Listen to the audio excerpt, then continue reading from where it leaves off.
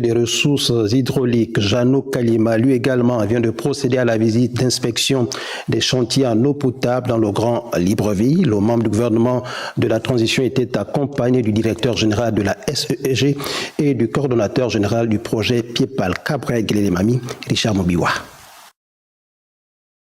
Les chantiers en eau potable du carrefour Chantal, de la cité Serpentin, du quartier Louis, de la cité Pompidou et du forage de Bellevue 1 constituent les différentes étapes de la descente de terrain du ministre de l'Énergie et des Ressources hydrauliques.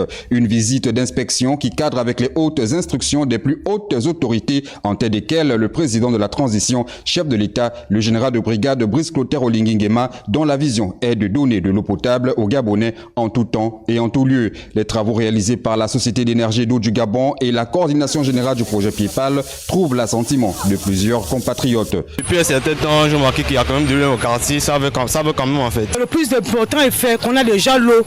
On remercie encore le président Clotaire Olingi. Ces travaux de renforcement du réseau d'eau potable impacteront de nombreux Gabonais dans le Grand Libreville. Tenez par exemple, s'agissant de la zone Serpentin, c'est un forage de 30 mètres cubes heure et une station de suppression de 20 mètres cubes heure qui ont été réalisés et qui impacteront 4400 habitants. Sinon, pour la pression ne se plaint pas si mieux qu'avant. Comme toujours, dans toute œuvre, rien n'est parfait et c'est de bonne loi que la SEG soit venue visiter ces installations. Au carrefour Chantal, les travaux portent sur la construction d'un forage de 30 mètres cubes heure et d'une station de pompage de suppression de 30 mètres cubes heure au bénéfice de plus de 6600 foyers.